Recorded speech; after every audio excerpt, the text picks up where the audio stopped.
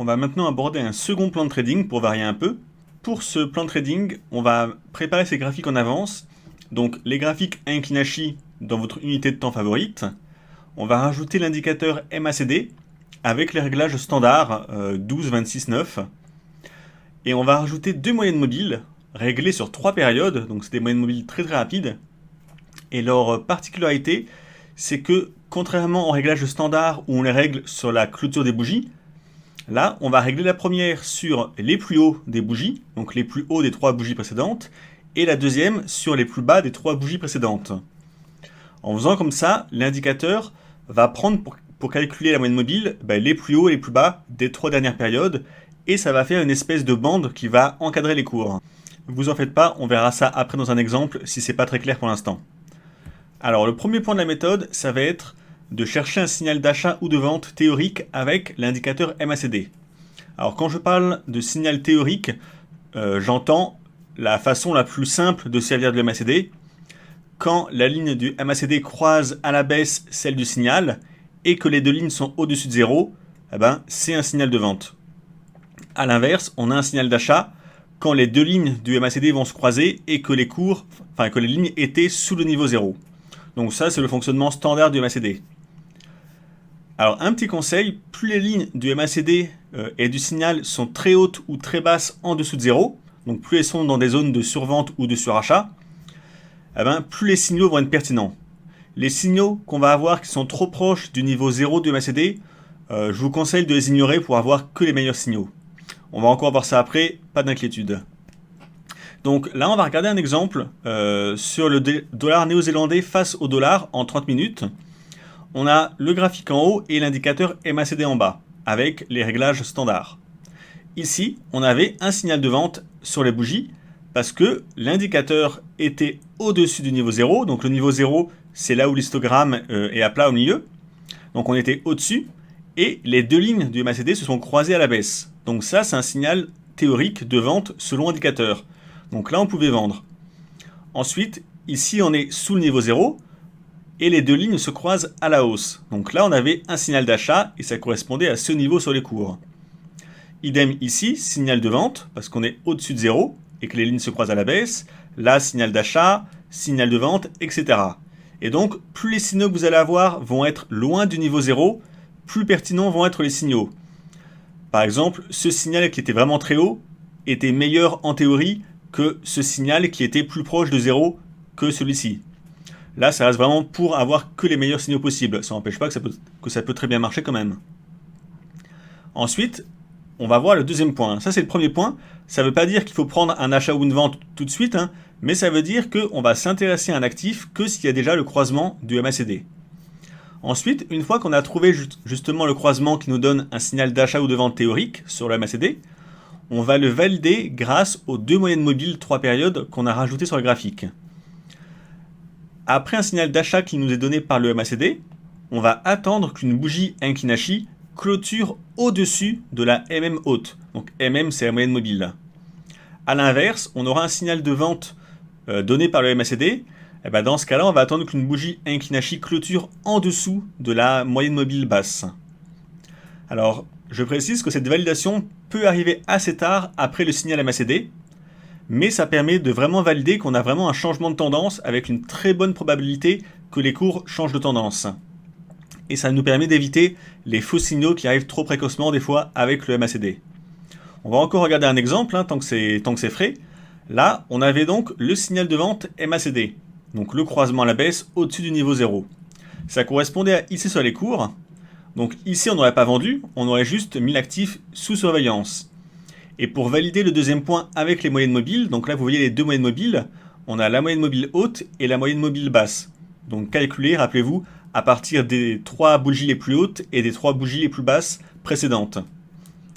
Et là, on avait le signal de vente une fois que la bougie Ankinashi a traversé la bande basse qu'on a ici. Donc pour un signal de vente, il faut qu'on dépasse la bande basse des moyennes mobiles.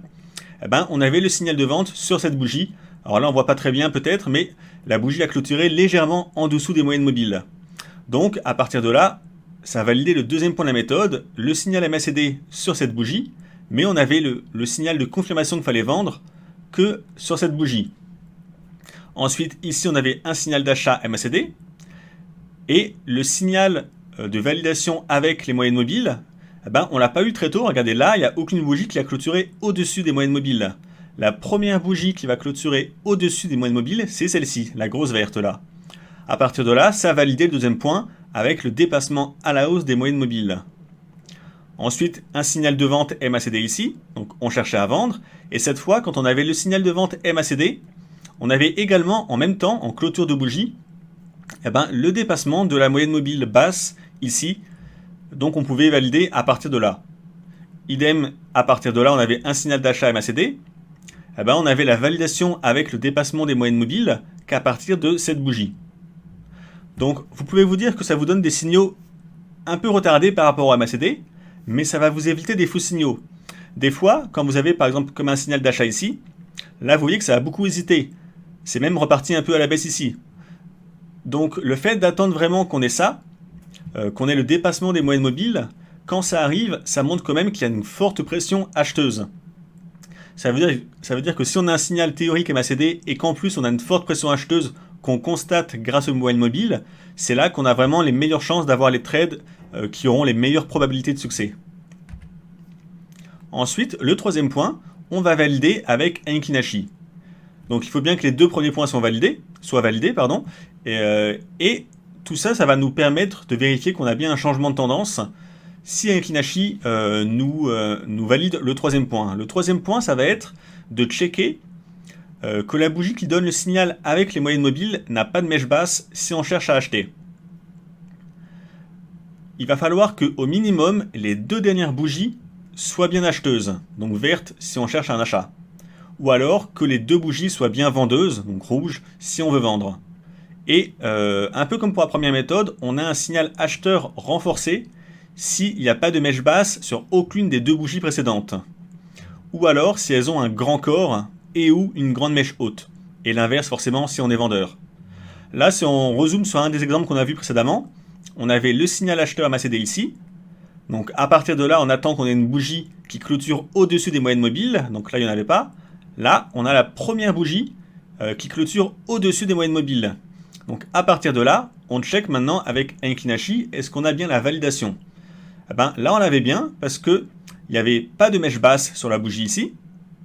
On avait un corps plein et une mèche haute sur les deux bougies ici. Donc celle qui donne le signal et la précédente. Donc là, on avait une belle confirmation qu'on avait une tendance haussière plutôt saine. Donc avec Kinashi, ça nous permet vraiment de valider le très probable retournement de tendance parce qu'aucune mèche basse des grands corps, enfin relativement grands par rapport au précédent en tout cas, et une clôture au-dessus des moyennes mobiles, eh ben là on avait tous les signaux validés et on avait après un beau mouvement de hausse qui a suivi. On va maintenant voir le stop loss et après le take profit, comment on va les placer. Si on a les trois premiers points validés, on peut prendre une position à l'achat ou à la vente selon le sens, et le stop de protection, il va falloir le placer sous les derniers points bas si on achète, ou au-dessus des derniers points hauts si on vend. Alors il faut que ça soit acceptable à affiner selon ce qu'on trade. Si le dernier point haut ou le dernier point bas est très très loin et ça vous coûte trop cher, ben, c'est pas toujours possible. Donc dans ce cas-là, le stop peut se placer sous l'avant-dernière bougie haussière si on achète, ou au-dessus de l'avant-dernière bougie baissière si on vend. Ça rejoint un peu ce qu'on a vu dans la première méthode. On coupe la poire en deux si on ne peut pas avoir un stop qui est raisonnable. Et dans ce cas-là, eh ben, on estime que la tendance doit démarrer. Donc on place la bougie, enfin le stop, deux bougies en arrière avec un Kinashi. Alors attention à petite mise en garde, faut pas mettre le stop trop proche quand même. Parce que ce qu'on joue avec le MACD et avec un Kinashi, c'est le démarrage de la tendance. La tendance, des fois, elle prend son temps pour démarrer et elle refait des petits tests en baissant un peu. Donc si vous mettez un stop trop proche, des fois vous allez vous faire sortir avant que ça démarre pour de bon. Donc ne placez pas non plus un stop vraiment trop proche. Pour les prises de bénéfices, donc les take profit, c'est l'élément vraiment le plus variable. Chaque graphique va avoir ses propres supports et résistances et le mieux c'est que vous analysiez par vous-même selon vos connaissances en analyse. Du coup, mentionner un niveau fixe qui va être optimal dans tous les cas, ben, c'est pas possible. Donc dans ce cas-là, analysez par vous-même. Vous pouvez viser les points hauts par exemple, ou les points bas si vous vendez. On va quand même voir, pour ceux qui sont moins à l'aise avec l'analyse technique, quelques niveaux qui peuvent vous servir, vous aiguiller dans votre décision pour placer votre take profit. Donc les anciens points haut ou points bas sur le graphique, comme je viens de dire, un signal inverse qui apparaîtrait sur la MACD. Si vous êtes acheteur, que les cours montent bien, que vous commencez à être en bénéfice, si un signal vendeur apparaît sur la MACD, c'est peut-être le moment de prendre vos bénéfices et de sortir de votre achat. On peut aussi travailler avec Inclinashi pour trouver justement ces niveaux de prise des bénéfices à faire si on a un changement de tendance. Donc le changement de tendance, pour ça, il faut qu'on ait au moins 2 bougies sans mèche avec un corps plein. Donc par exemple, si on est acheteur et qu'on a 2 bougies rouges qui n'ont pas de mèche haute, ça montre qu'il y a une forte possibilité qu'il y ait un changement de tendance baissière qui arrive. Donc il vaut mieux sortir. Un peu dans la même logique, si on a un signal d'hésitation donné par Inclinashi, on peut sortir de position. Donc quand je dis hésitation, c'est souvent des chandeliers de type doji, donc avec un petit corps et des mèches hautes et basses. Si on a 3 bougies consécutives dans le sens contraire, ça veut dire que ça hésite beaucoup. Donc soit on prend des bénéfices, soit on passe en stop 0. Mais dans tous les cas, il faut se préparer à ce qui est peut-être un changement de tendance. Donc l'hésitation, c'est pas forcément un changement de tendance, mais préparez-vous si jamais vous êtes acheteur et que suite à l'hésitation, les cours partent à la baisse, c'est le moment de couper votre trade. Et enfin, si on a 2 bougies consécutives dans le sens contraire de notre trade qui dépassent de la moyenne mobile opposée, c'est également le moment de sortir.